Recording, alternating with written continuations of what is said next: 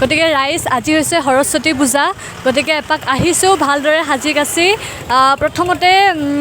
Bajali higher ছেকেণ্ডেৰীত যাম বুলি ভাবিছোঁ বলক আপোনালোককো লগত লৈ যাওঁ ভিডিঅ'টো দিওঁতে বহুত বেছি পলমেই হ'ল উপায় নাই কাৰণ যোৱাকালি ৰাতি বহুত দেৰিলৈকে সাহিত্য সভা চালোঁ অৱশ্যে সেইখিনিও আছে ইয়াতে এই ভিডিঅ'টোতে যিহেতুকে বনাইছোঁ গতিকে আপলোড কৰি দিলোঁ আৰু এয়া হৈছে বজালী উচ্চতৰ মাধ্যমিক বিদ্যালয় ইয়ালৈকে আহি পালোঁ আৰু এইটো হৈছে এইবাৰৰ মণ্ডপটো আৰু এই মণ্ডপটো নৱম শ্ৰেণীৰে কেইজনমান ছাত্ৰই বনাইছে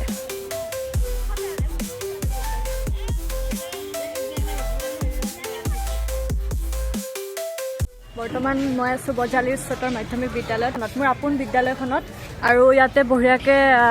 চলি আছে সৰস্বতী পূজা মানুহ বহুত বেছিকৈ নাই তথাপি একো নাই মই আছোঁ ন হৈ যাব कौन है ये लोग कहाँ से आते हैं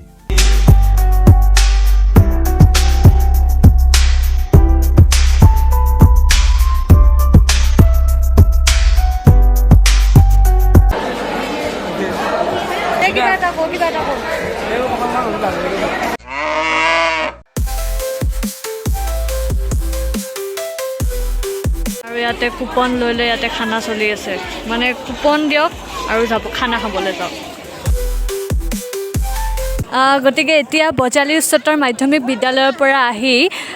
বৰ্তমান মই আহিছোঁ সাহিত্য সভালৈ গতিকে ইয়ালৈ আহিছোঁ এপাক ধুনীয়াকৈ চাই যাওঁ আপোনালোককো দেখুৱাওঁ আৰু মই আগতে কৈছিলোঁ কিবাকিবি বস্তু দেখুৱাবলগীয়া আছিলে যিখিনি দেখুৱাবলগীয়া আছে সেইখিনি আপোনালোকক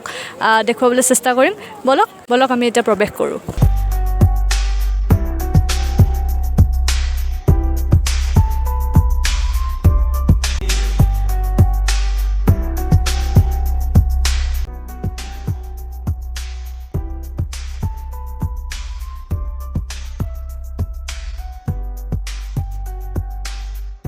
আৰু এতিয়া আপোনালোকক দেখুৱাবলৈ লৈছোঁ থিয়েটাৰৰ লগত জড়িত বিভিন্ন পুৰণি বস্তুবিলাক বলকচোন এফালৰ পৰা আমি চাই লওঁ আৰু এয়া হৈছে 2007 চনৰ কোহিনুৰ থিয়েটাৰৰ অবুজতৰা অসীম কইনাৰ নাটকত যিটো বাওনা চৰিত্ৰ কৰিছিল যতীন বৰাই তেখেতে পিন্ধা জোতাযোৰ আৰু ইয়াতে বিভিন্ন পুৰণি বাদ্যযন্ত্ৰ আছে আটাইবিলাক আপোনালোকে নিজে চাই লওক আৰু লগতে পুৰণি বন্দুক কিছুমানো আছে আৰু এয়া হৈছে ক্লাউড প্ৰজেক্টৰ মানে মেঘ দেখুওৱা যন্ত্ৰ আৰু এই বস্তুটো কি যদি আপোনালোকে উত্তৰ দিব পাৰে তেন্তে ইয়াত পুৰস্কাৰো দিব আপোনালোকে কওকচোন এইটো কি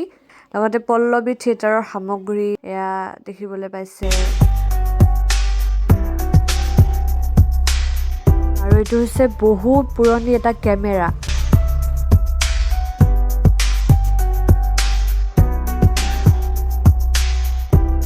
আৰু এইবিলাক বাদ্যযন্ত্ৰ আমাৰ সুধাকণ্ঠ ভূপেন হাজৰিকা ডাঙৰীয়ায়ো ব্যৱহাৰ কৰিছিল গতিকে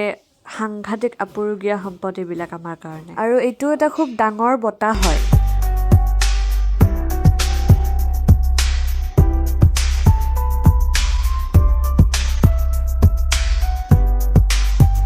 আৰু এইখনতো চাগে আপোনালোকে দেখিছে এইখন খুব পুৰণি গাড়ী এখন বাহিৰতে থৈ দিয়া আছে চবে ইয়াতে ফটো উঠি আছে আৰু এতিয়া আহিছোঁ বিজ্ঞান মেলা চাবলৈ ইয়াতে লাইন পাতিবলগীয়া হৈছে ইমান মানুহ আৰু ইয়াতে আহি সঁচাকৈ আচৰিত হৈ গৈছোঁ যে ইমানবিলাক মানে কেনেকুৱা ধৰণৰ বস্তু ইয়াতে সংৰক্ষণ কৰি থৈ দিয়া হৈছে আৰু নিজকে ভাগ্যৱান বুলি ভাবিছোঁ যে এনেকুৱা বস্তু এবাৰ চকুৰ আগত দেখিবলৈ পাইছোঁ আৰু এয়া হৈছে 1986 চনত জন্ম হোৱা ছোৱালী দুটা ডিঙিৰ সৈতে জন্ম হৈছে আৰু সঁচাকৈ ইয়াক দেখা পাই মোৰ গাৰ নোম শিয়ৰি উঠিছে আৰু ইমান বছৰৰ পৰা ইয়াক সংৰক্ষণ কৰি থোৱা হৈছে আৰু ইয়াতে এডাল সাপো থৈ দিয়া আছে এয়া পাইথন নাম নেকি আপোনালোকে ভালকে পঢ়ি চাব হা আৰু ইয়াৰে আটাইবিলাক বস্তু একেবাৰে সঁচা মই কেইবাবাৰো সুধিছিলোঁ যে সঁচাই নে এইবিলাক সঁচাই তেওঁলোকে কৈছে একদম সঁচা অৰিজিনেল আৰু এই যে লাওখলাটো দেখিছে এইটোতো একদম সঁচা মানুহৰ লাওখলা উফ ৰাতি সপোন নেদেখিলেহে ৰক্ষা পায় আৰু এয়া হৈছে আমাৰ জালিঘাটত থকা এছিয়াৰ ভিতৰত দ্বিতীয় বৃহৎ গছডাল এইবিলাক আচলতে শোভাযাত্ৰাৰ সামগ্ৰী হয় ইয়াতে ধুনীয়াকৈ থৈ দিছে আৰু এইবিলাক চাইছে ভাগৰ লাগিল গতিকে খালোঁ আইচক্ৰীম জানো পটককৈ গৰমত আইচক্ৰীম খোৱাটো ভাল কথা নহয় তথাপি আৰু তাৰপিছত আমি খাবলৈ গ'লোঁ চাট বস্তুটো মোৰ বৰ বিশেষ এটা প্ৰিয় নহয় যদিও বাহঁতে খাই ভাল পায় অকণমান খালোঁ আৰু তাৰপিছত আকৌ আহিছোঁ এটা চফ্টি খাবলৈ ঘৰত যে গম পালে এনেকুৱা গালি দিব নহয় একো নাই সখীসকল আপোনালোকেতো নকয় ন ঘৰত আৰু এতিয়া আহিছোঁ ৰাতিৰ দৃশ্যলৈ ৰাতি পুনৰ আহিছিলোঁ সাহিত্য সভাত আৰে আমি সদায় আহি আছোঁ আপোনালোকে ৰাতি হওক দিনত হওক ইয়াতে আহিলে মোক পাবই পাব আৰে কিয় নাহিম ভাই নিজৰ জন্ম হোৱা ঠাইখনৰ সাহিত্য সভা আৰু বা পাওঁ নে নাপাওঁ ভৱিষ্যতে তাতকৈ ভাল লগা কথা যে আমাৰ ঘৰৰ পৰা মাত্ৰ 5 মিনিটৰ ৰাস্তা আৰু তাৰপিছত কি হ'ল জানানে নাই ৰাইজ, আমি হেৰালো নহয় এবাৰ মাহঁতৰ পৰা। আমি ইয়াতে হেৰাই গ'লো ৰাইজ। কিন্তু এইখিনি সময়তো আমাৰ মুখত হাঁহি আছে, আৰু ইয়াৰ পৰা আপোনালোকে এইটো শিক্ষা ল'ব পাৰে যে জীৱনত যিমান যেনেকুৱা দিন নাহক কিয় সদায় হাঁহি থাকিব। আচলতে হেৰাবলগীয়া মানে আমি চিনিয়েই পাওঁ, ইমান দিন আহিছোঁ মুখস্থ হৈ গৈছে, ঘৰো চিনি পাওঁ, কিন্তু কথাটো হৈছে যে মানুহখিনি যদি লগ নহওঁ তেনেহ'লে কেনেকৈ চাওঁ, আটাইবিলাক বস্তু ভালো নালাগে। ইফালে ইয়াতে নেটৱৰ্ক নাই, আপোনালোকে জানেই চাগে যদি আহিছে। একো নাই, অলপ পিছত লগ পাই গ'লোঁ আটাইকে। আৰু এতিয়া বজালি হাটলৈ আহিছোঁ অকণমান কিবা কিবি চাবলৈ। আৰু মানুহ দেখিছেনে নাই, যিমানে দিন চমু চাপি আহিছে সিমানে মানুহ বেছি হৈ গৈ আছে, নে কি কয়? তাৰপিছত আমি ভালকৈ কিবা এটা খাওঁ বুলি আহিলোঁ, আৰু কি খালোঁ, পাও ভাজি খালোঁ।